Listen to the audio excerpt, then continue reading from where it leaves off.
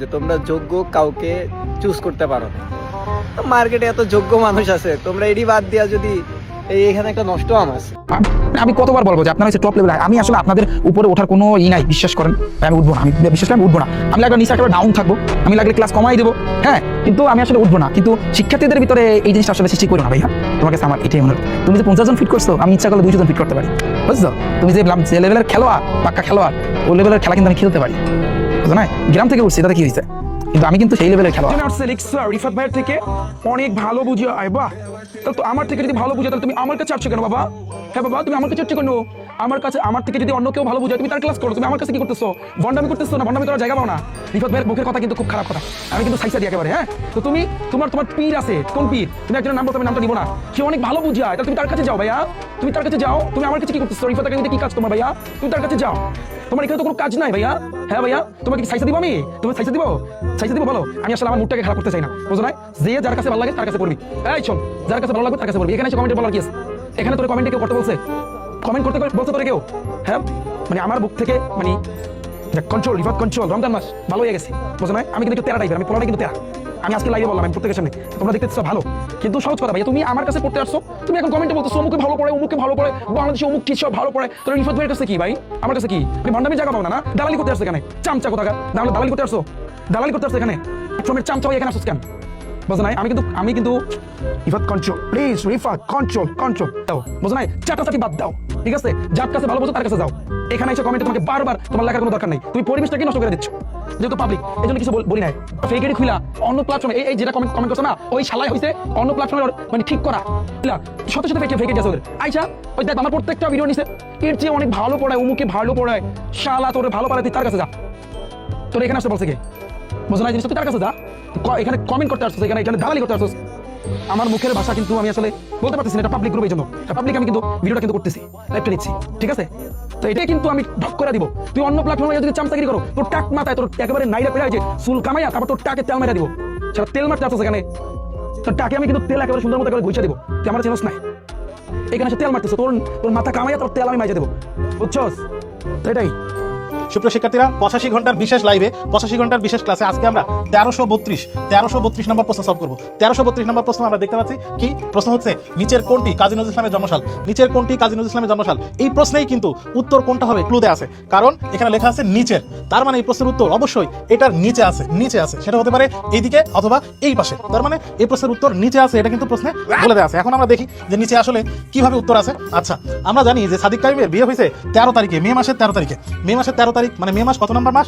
5 নম্বর মাস। তাহলে 13 আর 5 যোগ করলে কত হয়? 13 আর 5 যোগ করলে হয় 18। তার মানে এটা অবশ্যই কাজী নজরুল ইসলামের জন্মসাল শুরুতে 18 থাকতে হবে। আমরা দেখতে পাচ্ছি এখানে 18 আছে, এখানে 18 আছে, এখানে 18 আছে, এখানে 18 আছে, তার মানে চারটার যে কোনো একটা উত্তর হবে।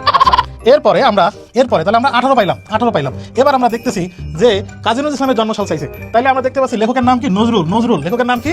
নজরুল মানে এখানে দন্তান্ন দিয়ে লেখা আছে, তার মানে এখানে প্রথমে যে 18 আমরা পাইলাম, পরে যে দুইটা আছে তার মধ্যে অবশ্যই দন্তান্ন দিয়ে লেখা আছে।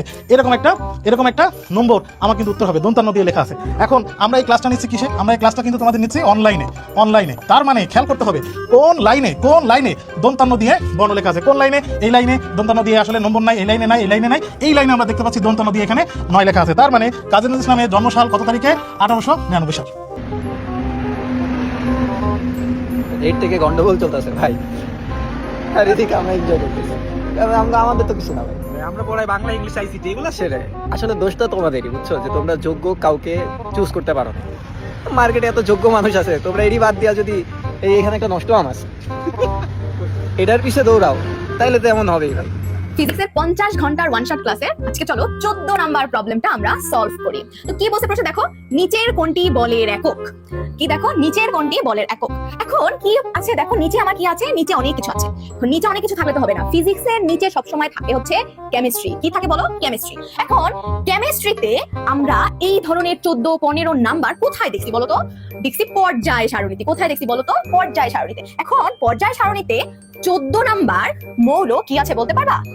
সিলিকন আছে। কি আছে? সিলিকন আছে। এখন এখানেও প্রশ্ন হচ্ছে আমার 14 নাম্বার, আর পর্যায় সারণীর মৌলের পারমাণবিক সংখ্যা 14 কোনটা? সিলিকন। তো সিলিকনকে প্রকাশ করা হয় কি দিয়ে বলতে পারবে? SI দিয়ে। আর SI দিয়ে কি হয় জানো?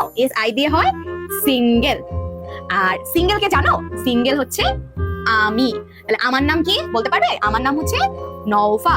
তাহলে সব সময় নামের প্রথম অক্ষর কি হয়? বড় হাতের হয়। তাহলে আমরা দেখতেই পাচ্ছি যে যেহেতু সিঙ্গেল হলাম আমি, তার মানে আমার নাম নওফা, নওফার প্রথম অক্ষর কি? বড় হাতের এন, মানে ক্যাপিটাল লেটার এন। তার মানে আমাদের বলের একক কোনটা হবে? এন। ধন্যবাদ। 500 ঘন্টার ফিজিক্স ক্লাসে তোমাদের সবাইকে স্বাগত। আজকের ফিজিক্স ক্লাসে আমরা কেমিস্ট্রির একটা প্রবলেম সলভ করি। ভালো করে দেখো, নিচের কোনটি দ্বারা মোল সংখ্যা বোঝায়। কি বলছে ভাইয়া? এখানে কি বলছে? মোল সংখ্যা বলছে। মোল সংখ্যা, এইটা কিন্তু একটু ডিফারেন্স আছে, এটা একটু ডিফারেন্স। দেখো, মোল সংখ্যা যখন বলবে নিচের কোনটি দ্বারা মোল সংখ্যা বোঝাচ্ছে। এখন দেখো, আমরা যদিও ফিজিক্সের ক্লাসে আছি, কিন্তু প্রশ্নটা কিসের? কেমিস্ট্রির প্রশ্ন। তো আমাদেরকে কিন্তু এই জন্য কেমিস্ট্রি একটু সাহায্য নিতে হবে। এখন কেমিস্ট্রিতে আমরা যদি একটু চিন্তা করি, দেখো ভাইয়া, এই মোল সংখ্যাটা কত নাম্বারে আছে? 117 নাম্বার কোশ্চেনে আছে, ঠিক আছে? যদিও তোমাদের ফিজিক্সে বা কেমিস্ট্রিতে 25টা কোশ্চেনে আসবে, বাট 117 এটা নিয়ে, কারণ এটা একটু ডিফারেন্স, এটা একটু ডিফারেন্স আছে। 117 নাম্বার মৌলটা কি বলতো? কেমিস্ট্রিতে 117 নম্বর মৌলটা হচ্ছে টিএস। এখন তোমরা কিন্তু আমাকে প্রশ্ন করতে পারো যে ভাইয়া টিএস মানে কি? বিশ্বাস করো, এটা না আমি জানি, না আমার বাবা জানে, না আমার বাবার বাবা। এই টিএস মানেটা তোমাকে বুঝতে হবে, যেটা কেমিস্ট্রি বইতে নেই, যেটা তোমাকে একটু বুঝতে হবে, কারণ এটা ডিফারেন্স তো, এটা তোমাকে একটু বুঝতে হবে। টিএস মানে হচ্ছে কি? তীব্র সিঙ্গেল। টিএস মানে কি?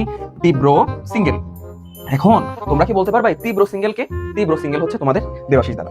এখন দেখো, এই দেবাশিস দাদার সাথে কি কোনোভাবে মোল সংখ্যার কোনো সম্পর্ক আছে? না। কিন্তু দেবাশিস দাদা কি বলবে বলেন তো? দেবাশিস দাদা বলবে কি, এই দেবাশিস তোর লাস্টের নামটা কি? ওই লাস্টের নামটাকে সে হাতিয়ে নেওয়ার চেষ্টা করবে, ঠিক আছে? দেবাশিস হালদার কঙ্কন, কঙ্কন নামটাকে হাতিয়ে নেওয়ার চেষ্টা করবে। তো তাহলে আমরা এই কঙ্কন নামটা যখন লিখে ফেলবো, দেখো KN, তো দেখো এই যে দেবাশিস যে কথা, কঙ্কনও কিন্তু একই কথা, মানে ওই যে তীব্র সিঙ্গেল, দুজনে কিন্তু তীব্র সিঙ্গেল আসবে, কারণ দুজনে মানুষ এক। এই যে কঙ্কন, এখানে খেলাটা ভাইয়া, এখানে খেলাটা, এই লাস্টে দেখো এনটা একটু খেয়াল করো, এন মিলে যাচ্ছে। এই এন মানে হচ্ছে মূলত মোল সংখ্যা। এই যে দেখো ভাই, এটাই হবে। ঠিক ক্লিয়ার ভাই? এটা কিন্তু একটু ডিফারেন্স আছে, এটা তোমাকে এইভাবে একটু মনে রাখতে হবে। এটা তোমরা মনে রাখো, এটা আমি পরের অধ্যায়ে গিয়ে তোমাদেরকে বুঝাবো। 26 ঘন্টার ওয়ান শট ক্লাসটা কিভাবে 3 ঘন্টায় করা যায়, এটা নিয়ে কিন্তু আমার 6 ঘন্টার আরেকটা ভিডিও আছে। আমরা এখন আরেকটা প্রশ্ন জানবো। দেখো, এই প্রশ্নটা হলো 3430 নম্বর প্রশ্ন। রক্তের রং লাল হয় কি থাকার কারণে? ভাই কে বলছে বায়োলজি মুখস্থ করতে হয়? তুমি বায়োলজি মুখস্থ করবে না, তুমি বুঝে বুঝে কিন্তু মনে রাখতে পারবা। তাহলে 3430 নম্বর প্রশ্ন কি? রক্তের রং লাল হয় কি থাকার কারণে? একটু অপশনগুলো পড়ো। কি থাকে এর মধ্যে? আয়রন থাকতে পারে, অথবা রক্তের মধ্যে কেউ যদি লাল পানি খায়, তোমরা জানো দুষ্ট পানি, লাল পানি, এটা খাইলেও তার রক্তের রং লাল হয়ে যেতে পারে। অথবা কেউ কি করছে, একজন ব্যক্তিকে শুটিয়ে লাল করে দিয়েছে, এই শুটিয়ে লাল করে দেওয়ার কারণে রক্ত কি হয়ে যেতে পারে? লাল হয়ে যেতে পারে। আর একটা ঘ কোনটি নয়। তাহলে উত্তর কোনটা হবে? একটু চিন্তা করো তো। তুমি কিন্তু এখানে ভাই চিন্তা করে উত্তর দিতে পারো, মুখস্থ করার কিছু নাই, কারণ তুমি জানো রক্তের মধ্যে কি থাকে? আয়রন থাকে। তুমি দেখো তো, আয়রন মানে লোহা। তুমি তোমার বাড়ির আশেপাশে দেখছো কোনো লোহা যদি অনেক দিন ধরে মাটিতে পড়ে থাকে, তাহলে সেখানে কি ধরে? মরিচা ধরে। মরিচা, এই মরিচা পড়ার পরে মরিচার যে রং, এটা কি হয় বলতো? লাল হয়। তাহলে আমাদের রক্তে কি আছে বলতো? আমাদের রক্তে প্রচুর পরিমাণ আয়রন আছে। এই আয়রন যেহেতু রক্তে আছে, আবার রক্তের মধ্যে পানি আছে, তাহলে মনে করো এটা একটা আয়রন বা এটা একটা লোহার খন্ড, যেটা তোমার রক্তের মধ্যে আছে। এখন এই রক্তের মধ্যে থাকা পানি এই লোহার খন্ডের সাথে কি করবে? বিক্রিয়া করবে। বিক্রিয়া করে কি তৈরি করবে বলো? মরিচা তৈরি করবে। মরিচা, এই মরিচার রং কি নিশ্চয়ই জানো তোমরা সবাই, মুখস্থ করার কিছু নাই ভাই। মরিচার রং কেমন হয়? লাল হয়। তাহলে এখান থেকে তুমি এখন বুঝতে পারছো ভাই কেন রক্তের রং লাল হয়। তাহলে এইভাবে তোমার বায়োলজিটা কিন্তু বুঝে বুঝে পড়তে হবে, বুঝছো? আর বুঝে বুঝে যদি পড়ো, আমার ক্লাসটা নিয়মিত করো, তুমি 100% কমন পাবা। আর 26 ঘন্টার যে ওয়ান শট ক্লাসটা আছে, সেটা কিন্তু অবশ্যই করবা। হ্যাঁ, 26 ঘন্টার ওয়ান শট ক্লাসটা কিভাবে 3 ঘন্টায় করা যায়, এটা নিয়ে কিন্তু আমার 6 ঘন্টার আরেকটা ভিডিও আছে, তো ওইটাও তোমরা দেখে নিবা। তো দেখো ভাইয়া, এখন আমরা আলোচনা করবো। দেখো, এখন আমরা 3429 নাম্বার যে প্রশ্নটা, এটা আলোচনা করবো।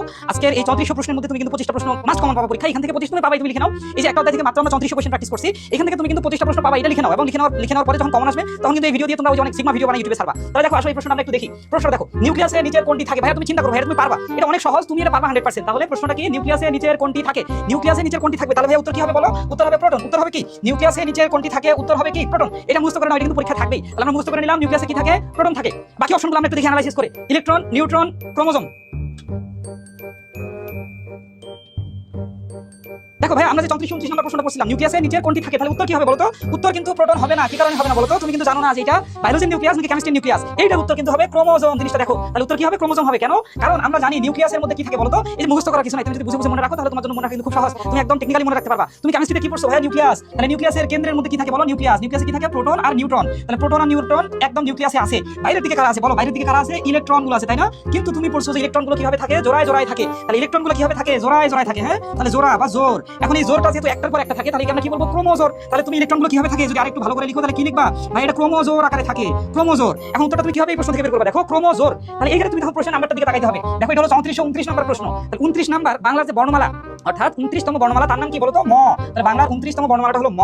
তাহলে এই ক্ষেত্রে তোমার ক্রোমোজোর, অর্থাৎ এই যে লাস্টের যে অক্ষর, এটা বাদ যাবে। তাহলে এখানে গিয়ে যেহেতু এটা 3429 নম্বর প্রশ্ন, আর 29 নম্বর বর্ণমালা ব্যঞ্জন বর্ণ হলো ম, তাহলে এখানে কি হবে বলতো? ক্রোমোজোম হয়ে যাবে। তাহলে উত্তর কি হবে বলো? ক্রোমোজোম। আশা করি সবাই পারছো। তাহলে এইটার উত্তর হবে ক্রোমোজোম। তুমি এইভাবে মোটামুটি যদি চিন্তা করে শিখো, ভালোভাবে পরিশ্রম করো, আমার ক্লাসগুলো নিয়মিত করো, আমি ইনশাআল্লাহ 100% গ্যারান্টি দিচ্ছি তুমি ইন্টার পরীক্ষা, এসএসসি পরীক্ষা সবগুলোতেই কনফিডেন্সের সাথে ফেল করবা ইনশাআল্লাহ।